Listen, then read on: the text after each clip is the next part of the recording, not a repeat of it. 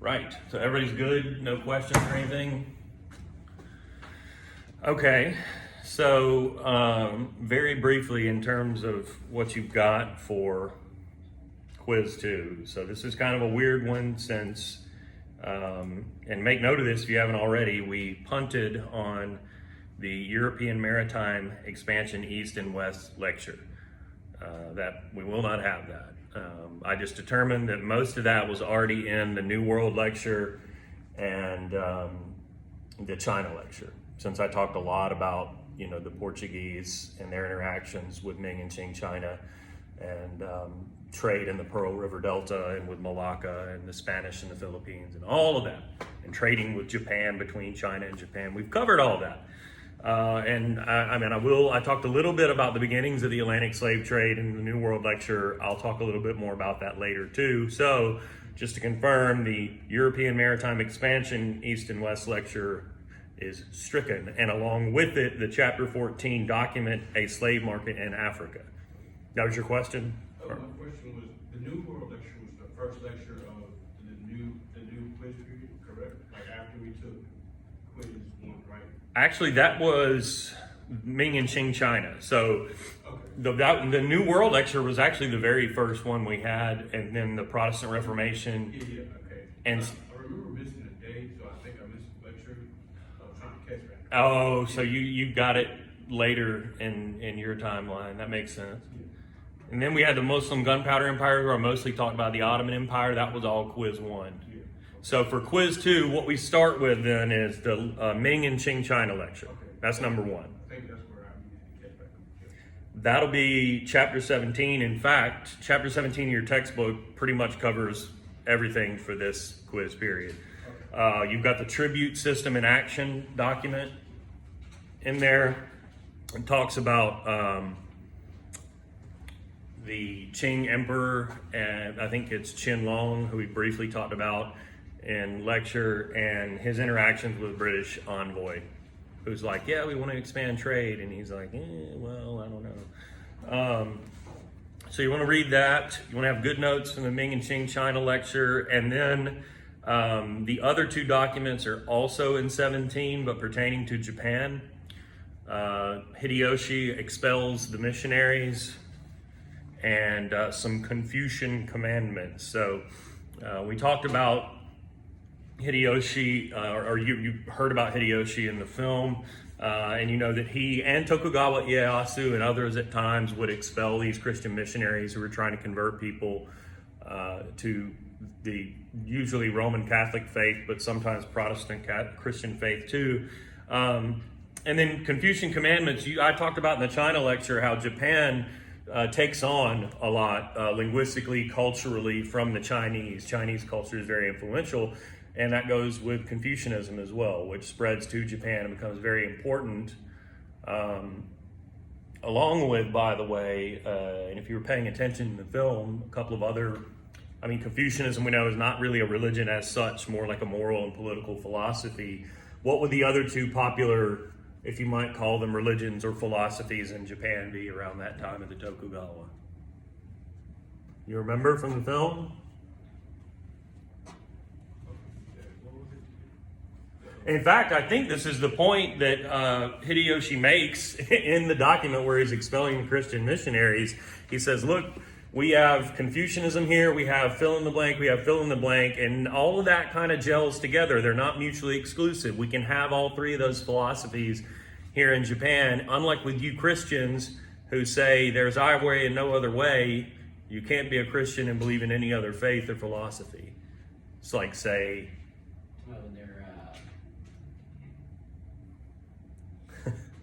I'm not putting you on the spot. It looked like you had it there for a second. I did. It was a fleeting moment. So there are Buddhists, and then there's Shinto, which is native to the islands of Japan. So those can sort of coexist, and Hideyoshi makes the point that, with these Christian missionaries, that's not the case. And then with these Confucian commandments, speaking of, you have some examples of commandments in, I think it's Qing China, and on the other hand, under the Tokugawa shoguns, and there's I think they call it a subtle difference. To me, it's not very subtle. There's a very clear difference in tone between the sort of Confucian commandments or dictates or whatever they call them on the Chinese side versus that second section you'll read. Just make note of that difference in tone and be able to explain what that is, okay? So those are your 3 documents, and then you're down to the film. And the film basically covers 2 lecture days, so I hope you have like significant notes on the film, and you'll remember I filled up this side of the board with terms. I hope you took those down. I hope if you didn't take them down, you took a picture of the board. Because I put up there, daimyo, shogun, samurai, the main names of like Oda Nobunaga, and of course Hideyoshi, Tokugawa Ieyasu, who's the one who initiates the Tokugawa shogunate by getting the blessing of the emperor and the title of shogun.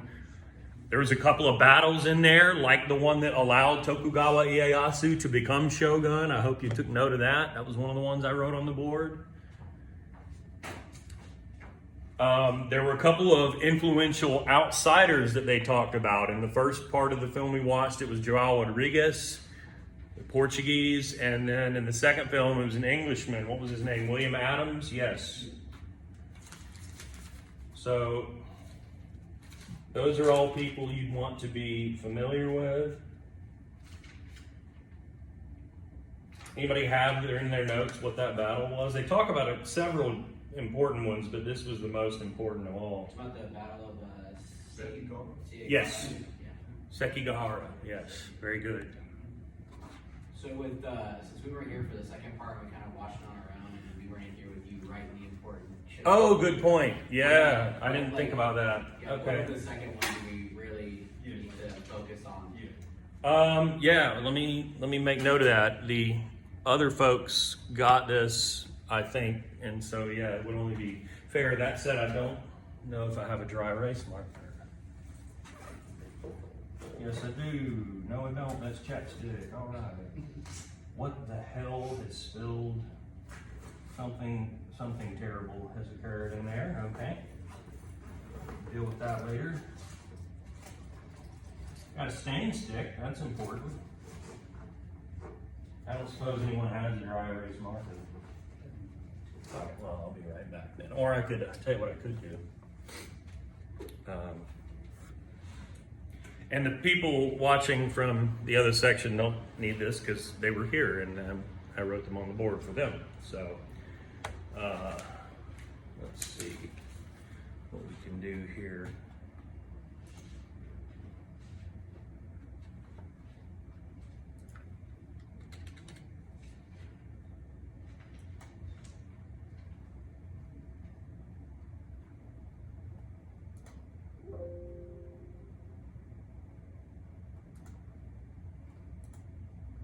We are missing at least one person in here though, so I guess I'll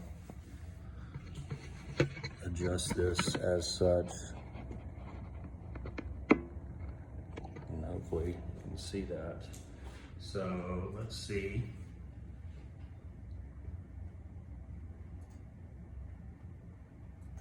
I think the first I noted was William Adams. Oh, good. It's not gonna. Really? Because it's unlicensed. That's amazing. You gotta be kidding me.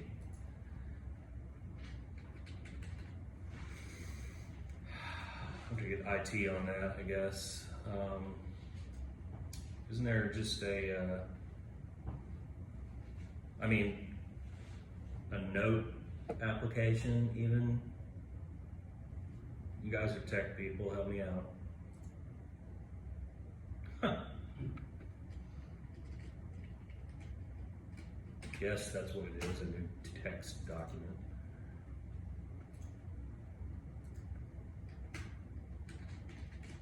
Can't see that, can you?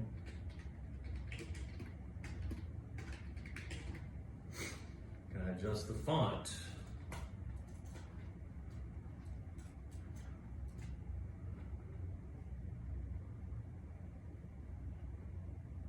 Yes, I can apparently.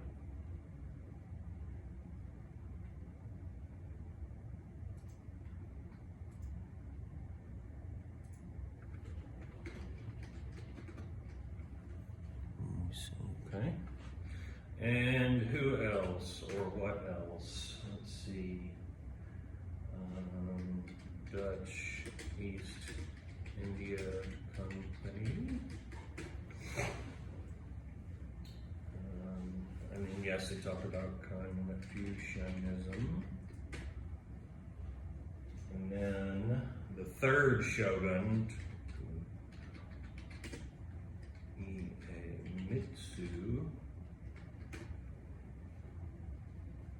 of course, talked about the city of Edo, which becomes Tokyo.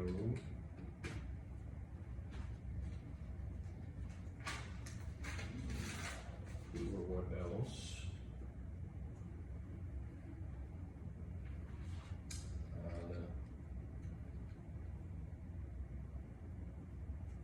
The road between Kyoto and Tokyo, so I guess I would put Kyoto on there. The Tokaido, and then the 5 great roads.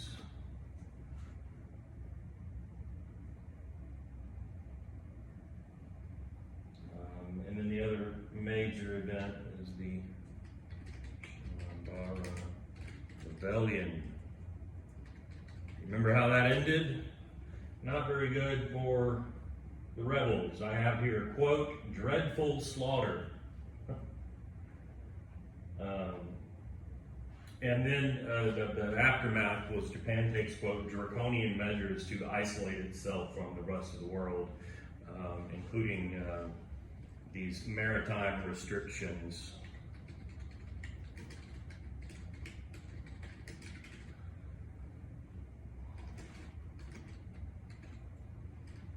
And that was sort of the upshot of the end of that episode, is that, after this event, the Shimabara Rebellion is the sort of culmination of these efforts, these off again, on again efforts of Japan to, expel missionaries, restrict merchants. We've come to the point in the mid 17th century where Japan is going to, for a brief, for not entirely brief, for a period of time, where it will more or less isolate itself from the rest of the world.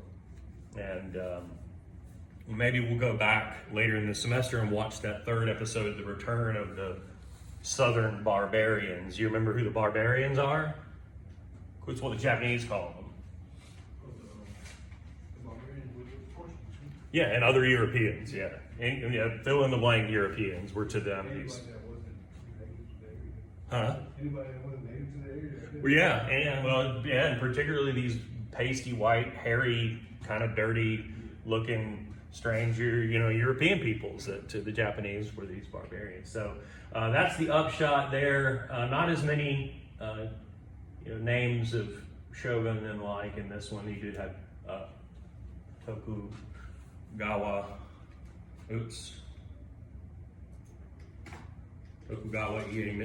in there.